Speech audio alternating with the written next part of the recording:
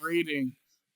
And welcome to That Works, a DreamWorks podcast starring a happily employed photographer barely getting by with DoorDash, a disgruntled ex-journalist now writing Scott Pilgrim fan fiction, and a spineless, asthmatic 27-year-old curmudgeon sweeping movie theaters for a living.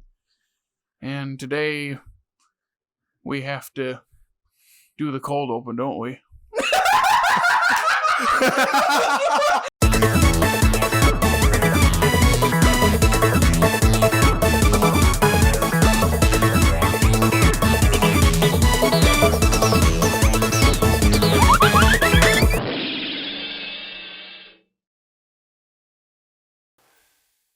Greetings and welcome to That Works, a DreamWorks podcast. We're so enthused. Starring a happily employed photographer barely getting by with DoorDash. That's me. A disgruntled ex-journalist now writing Scott Pilgrim fan fiction. And a spineless, asthmatic 27-year-old curmudgeon sweeping movie theaters for a living. It's home. We all know what this is. It's home. Oh. We love home, don't we? This movie, the 31st in their catalog, came out in 2015. And a couple months ago from when we recorded this was the number one watched movie on Netflix when it was put on there. Yeah, it was. And we'll get into it a little bit, but just if you like this movie out there, please tell me why. No, honestly, I'm glad you like it because I think every movie deserves to have at least somebody like it. I didn't, but I'm glad you did. I'm just asking, please, I need to know. Why do you like this? And is it because, I want to know why. Is it because you're a Rihanna fan? I mean, that could be the only answer that I could see. Did she ever say "shut up and drive" to O? No, she didn't. He didn't drive, did he? Wow. I can barely remember. Wow. She never said that. Missed out on a beautiful, incredible reference. Did they ever use an umbrella, Ella? A. No. I mean, they drove it. They were flying at night. It's like the darkness in the light. Now we're stretching. Oh, Lordy. You're really worth trying on that one. Well, you want to give us the spiel? Just without further ado, home. Oh, Get it? There's an O in home. Eye your hands into air like you just do not care. Nope. Good. Someone decided that giving Sheldon from Big Bang Theory an entire movie was a good idea. So here we are. We're slogging through a movie about peaceful aliens invading Earth while the humans are rounded up and put into camps. That sounds a lot darker on paper. It does seem a little... Oh is an alien... No one likes, and I understand why. He literally ruins everything with his screechy voice and overbearing personality. But oh no, we must make sure that everyone is wrong in their assumptions because he's just misunderstood, right? But after all the humans are relocated, Tip is missing her mom and needs to find her. Oh, and her form a weird duo and take her now flying car to Australia to find her mom. Along the way, they escape the boof.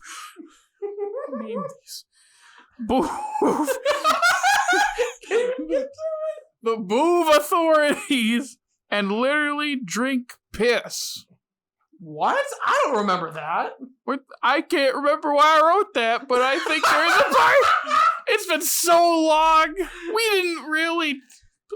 I didn't really plan this super well. But are the bad aliens that are coming really the good guys? Well, yeah, of course they are. We can't allow anything to be evil in movies anymore. This has got to be his longest synopsis. Oh, I know. How I was did just Dream Dragon 2 was dragging longer. through it. Okay, so from the sound of it, this is the same formula they always do. It's in line with the 2010s type of popular kids movies. All you have to do is make it way more annoying and kind of boring, and that's what you get. I don't want to just say nothing but negatives about it, but I really don't like this. There is very, very few positives when you look at this. Hey, Well, on paper, the story is fine. But this is one of those things where, because one big key element is really, really annoying, it's hard to take anything. And listen, I am sure Jim Parsons is a fine guy. I'm sure he's great to the people that are around him. He makes good money doing what he does. Bravo to you, Jim Parsons. But holy crap, is he annoying? I mean, this. I'm sorry. This is where I'm gonna rope you into this. You recently, a couple months ago, watched through the entirety of The Big Bang Theory. When the first time you had watched it, you weren't a fan. Now tell us, what are your thoughts the second time through The Big Bang? Well, the first full time through, and then watching this after the fact, or during it. Did I watch it after the fact? It might have been during, but so tell us about your experience watching through Big Bang, 12 seasons? Oh, yeah. The thing with Big Bang Theory is that there are different characters to enjoy. I mean, Jim Parsons, Sheldon, is a big part of that, and he's funny, but it's like one-liners, and you relate to his character because you relate to socially awkward people. Not having any friends yourself as a kid, or at least feeling like that, and you watch him grow throughout the course of, 12 years. Sounds like a lot, but it doesn't feel like a lot when you're, watching it on HBO Max. With this, I started this movie up. I didn't even know it was Jim Parsons at first. Really? No. I had no clue. Wait, like that he was in it, or like after you heard his voice? They just want to know it was him. Oh, okay. Yep. Sorry. Go ahead. I had no clue he was in it. There you go. It started up. I hear his voice. I go, oh, I'm not going to like this very much. Because here's the thing. He's fine. He's funny. There is too much of him. Yes. It's the same sort of thing I get with Will Ferrell movies. It's too much. It's too much for too long of a time. Things like Talladega Nights, that could be several 5 to 10 minute sketches, and they'd be wonderful. Interesting. I could see that. This could be like a SpongeBob-esque cartoon, and I'd probably buy it more. Because it's chopped up. It's not an hour and a half. Are you saying that in more bite-sized pieces? Fist bump. Boof, boof. Boof, boof. Oh and I can also tell you that whenever they go to Paris and everything... That's like the middle of the movie. Yeah, so I was watching it and I was like, hey, we're near the climax because it seems like a climax. Yes, and then I was like, does. And then I paused it. I was like, oh no, there's an hour left. Oh, no. Oh my gosh. I also hate sorry, just really quick. Oh no. The fact that every time you see, he starts off with, everyone says, oh no. Like, oh God. Yeah, that was another thing. I don't think I would have found it as nearly annoying. I don't think I would have found the voice of as nearly annoying if the booth didn't talk like a text string. That drove me up a wall. Up to wall. Up to wall.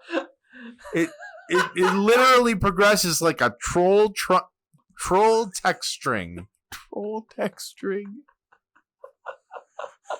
Yeah, it's special. It's a thing. It's special to say the least. I will say that I think that the animation was at least on par for the year. It wasn't anything. It wasn't spectacular, but it wasn't. It's just your standard like 2010s. Yeah. It's just kind of what you come to expect. I've mentioned it in previous That Works episodes, but it feels like in this time, DreamWorks is starting to do what Illumination is doing, because Illumination saves money on the animation, like cuts back, and that's why it's considered like low budget, big budget stuff. They skimp on some of the, again, I'm no animator, but like some of the texturing So then the characters look really, really simplistic. And Which, again, in turn, you save that money and then you're going to make a boatload of money. This made money, but isn't a Despicable Me property. which I feel like you could do like that you can do simplistic animation well. You can do it tastefully. But when you're shoving it into a world like this and with all like the big names, you see like Steve flippin' Martin was in this movie. Like, and he wasn't funny. no. And it's supposed to be funny, and I wasn't laughing. And Steve Martin, why? You literally wrote that in here. Steve, why? I love road movies. I love them. Even bad road movies. I enjoy College Road Trip. Yeah. Dude, Where's My Car? Oh, classics. Like, they're bad, but they're enjoyable. RV is the mother of all bad road movies, and I love it. Yes! Unironically love RV. Thank you, Jared. This. Fist bump to that real quick. Okay, move. This. I kept falling asleep. I don't ever really fall asleep during movies. I'd fall asleep for like 10 minutes, wake up, and have to back it up. And I'm like, why? How much did I miss? Like, oh no. Oh no. I'd missed, the 10 minutes, like, oh. And I think I watched another 30 minutes and fell asleep. I wake up right before the climax. I'm like, oh, how much did I? No. Oh no. Oh no. Oh, okay. There's the misunderstanding scene. Okay, they're getting chased. I didn't have to back up. I know what's happening. Yeah. Do you think half the reason they made this is because they had something with Rihanna? Like they told her, like, But like, we'll what put was you in a movie? What was the point I of don't her? There was no. I don't. Like, Also, I'm all for having like a secondary character that doesn't match the primary character, or whatever. But also, like, what kind of a weird name is Gratuity? Who names I didn't your even think about that. child? Who names their kid Murph after Murph! Murphy's Law and says, "Hey, this is a good idea. Murphy's Law is if it's good, anything that could go wrong will go wrong. but I'm going to here's- name my kid that." Okay, I see your That's point. a different movie. I know. I totally see your point, but Murphy is an actual name. Nobody's actual name is Gratuity. You don't It's- know that. Yeah, I'm sorry. I This- can speak pretty confidently that I don't The think current culture has taught me that Candy Apple is a name, and if Candy Apple is a name, Gratuity can be a name. I mean, that's why I shortened it to Candy Tip, I'm guessing. Tip is a lot. Also, when you have someone that much older than the character voice the character, it just sounds weird. Yeah. It did. Think the Lorax. Oh, You Jared spoke mentioned its it? name. You mentioned it? Jared spoke Because- its name. You have late 20s, early 30s people voicing like these like younger teenagers. Like the main character's like 13 or 14, and like 28-year-olds Zac Efron is voicing him. And it's not like a Yeah. higher pitched. It's, oh hey, I go, that is not a That kid. doesn't sound right. That is not a kid. Also- so in this, it's like this. It doesn't feel like a kid. Also, really quick, for those of you that do not know, Jared's most hated movie ever is The Lorax. So the fact that he even spoke that into existence is baffling. I had to make the comparison. Wow. It's So- a much worse movie than Home. That's but what I was for about to ask many different you. reasons. We're This- not going into that. Okay. Then we'll be Jared- talking about that. If it means anything, I'm in your boat on that one. It's- Woof, woof. Woof woof. the Lorax? Yeah. It's... Well, you will not utter another word. Home rated Is it rated PG? PG. Wow. I want to say there's no way that's G. There's Well, no they way. drink pee. Apparently, I don't When remember did it. they drink pee? There was a boba. I think he. That's right. He says something about drinking the bad lemonade or something in the bathroom. Oh. It was like a gas station or something. Someone watching's probably like just watched it. Was like, yeah. And Yeah, you're right. I remember thinking like, did they just think- really make that Do you- joke? Did we really just? I will say that I do believe that there is a good story at the heart of this Yeah. movie. I do like that bit about the aliens that are chasing them aren't really chasing them. They're chasing the egg that they have because the egg has their offspring. That's good. That has some heart. There's just nothing else to it. I'll give you that. It was an interesting, like, not plot development. Like, I mean, kind of. It was just an interesting way to like frame everything. Was that they were the actual good guys? It's kind of like Chicken Little, where they're menacing on the outside, and then it's like, oh no, they're these little three-eyed furry things. Okay, we're not bringing that movie into it either. Is it not? Is it not? Me? They're the big scary aliens, and then they just get what they were coming for. No, they're nice. They were never evil. I'm like, can we just let something like this be bad for cartoon's sake? Can we just have fun for once and not make everything sympathetic? Some things aren't sympathetic, people. Like this movie. This movie is not sympathetic. This movie.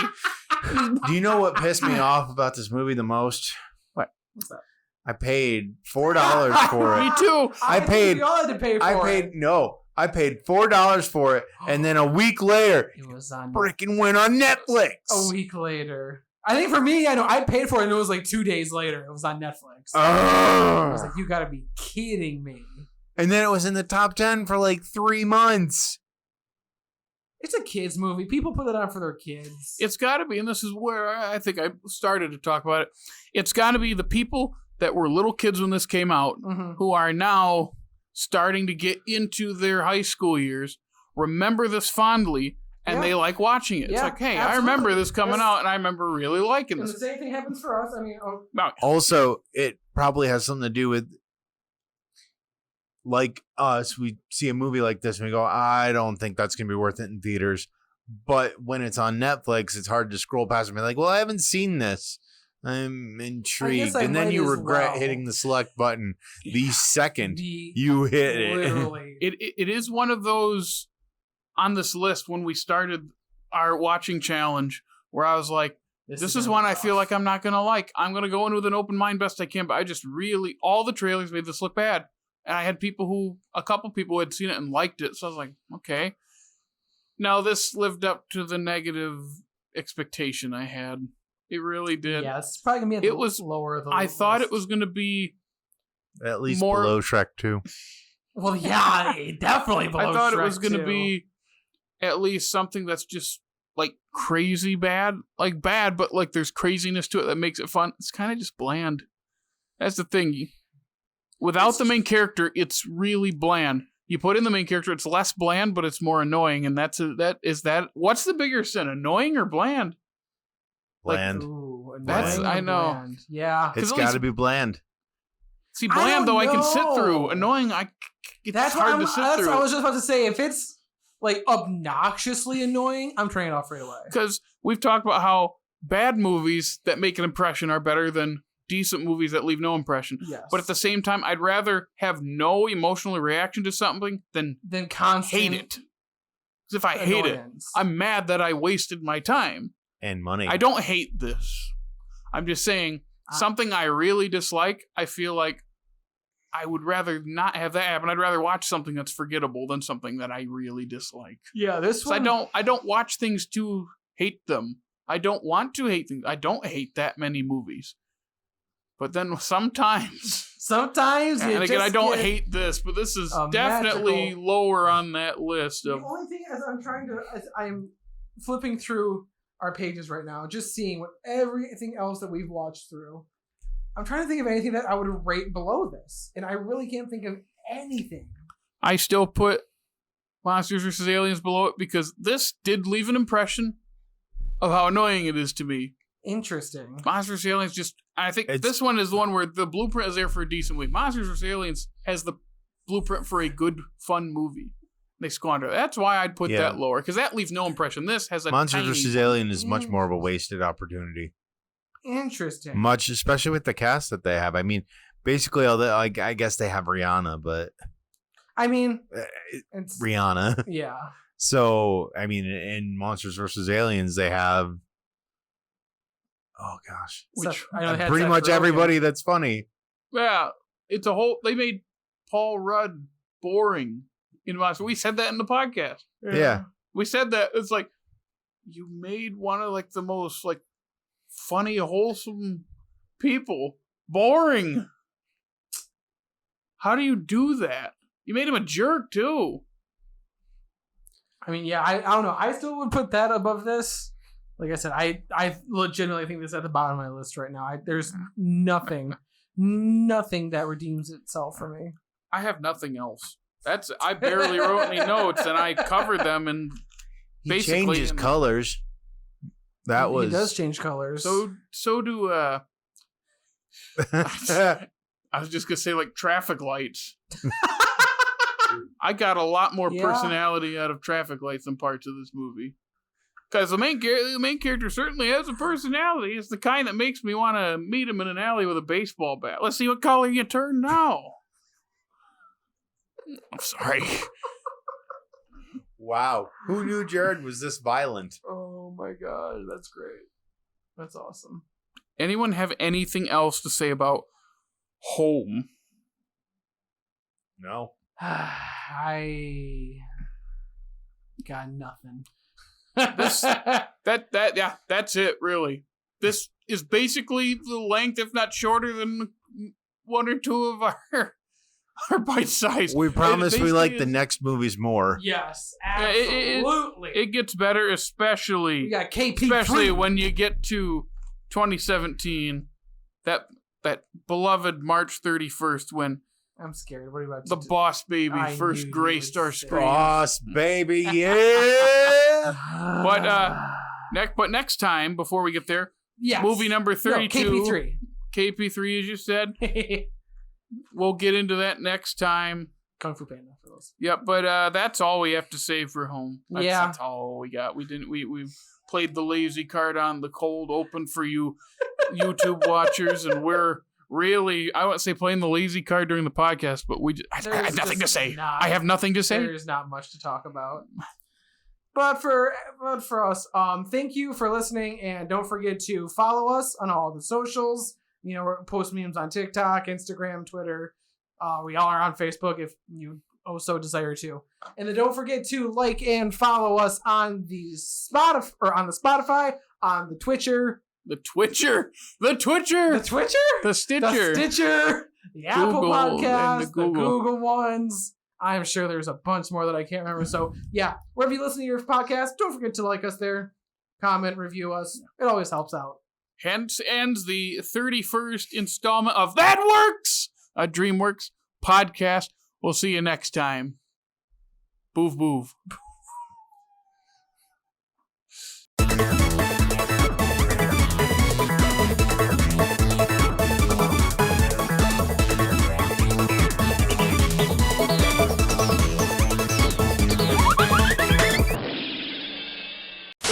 Okay. Just combine what you heard in my head with that. Oh my God, Jerry, you okay? Can I go in? Am I going in at all? I don't think I could ever do this very well. Oh yeah. Oh! What are you doing? Did that feel weird? What I think I'm blind. What is he doing? He's doing this.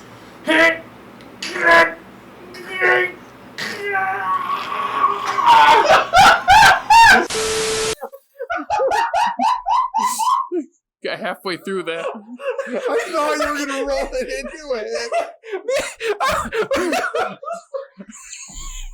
I forgot about the cold open.